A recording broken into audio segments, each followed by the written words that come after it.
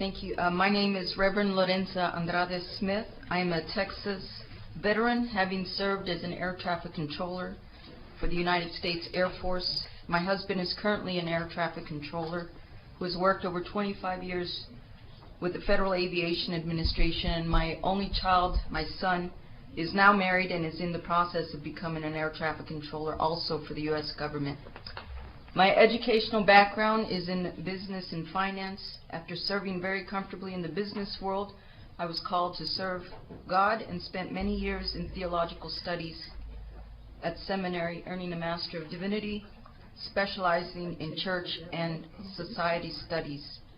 I'm currently working with a doctorate program in Washington, D.C., addressing the complex issues of poverty. I serve the church as clergy, an ordained elder of the United Methodist Church.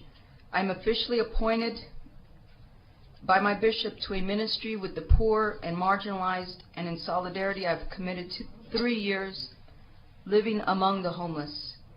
I say I live under the stars. Also, in solidarity with the poor, I have rejected my compensation, my medical benefits, and my pension benefits. I have completed 1.5 years of this 3-year appointment. During this time, I've met many people in distressed situations, wealthy and poor. I'm not meeting the poor on paper as statistics or in printed literature. I meet the poor face to face, and I live among the poor who are now my friends. The poor and marginalized certainly reflect the image of God. I pray our state budget will reflect our concern for all people, especially the most vulnerable, the poor and marginalized who are traversing the wilderness of poverty.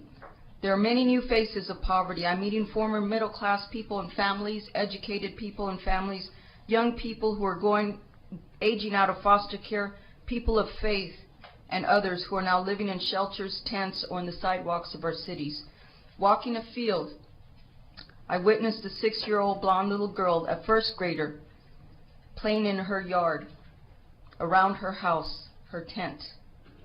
She was playing in her neighborhood, a wooded area with other tents and outdoor living camps. I met this little girl's dad.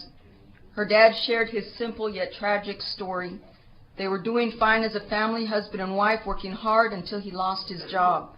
His wife was still working, but without health benefits, and it was just no longer enough to sustain the family financially. This little girl's parents are without much needed health care, living with little dignity and losing hope. We must not forget that this is shaping the life of this little girl. And this is a dangerous place, physically, mentally, and spiritually, for any of us to reside. We can give people hope. With health and human services, we can move people into a healthy place where dignity and hope allows them to once again contribute economically and socially to our communities. There is a cost, but it is a cost that is nothing less than an investment for our state, and I am not merely speaking a monetary return. It is a value that transcends dollar amounts and percentages. Our life in community is much more. Again, I pray our state budget will reflect our concern for all people, with giving deep consideration to the most vulnerable, the poor and marginalized. There certainly has been a cost to my discipleship, and I am confident that you will make compassionate and very difficult and perhaps even costly decisions that we serve all people. Thank you for your work and ministry in the Senate Finance Committee. God bless you. Thank you.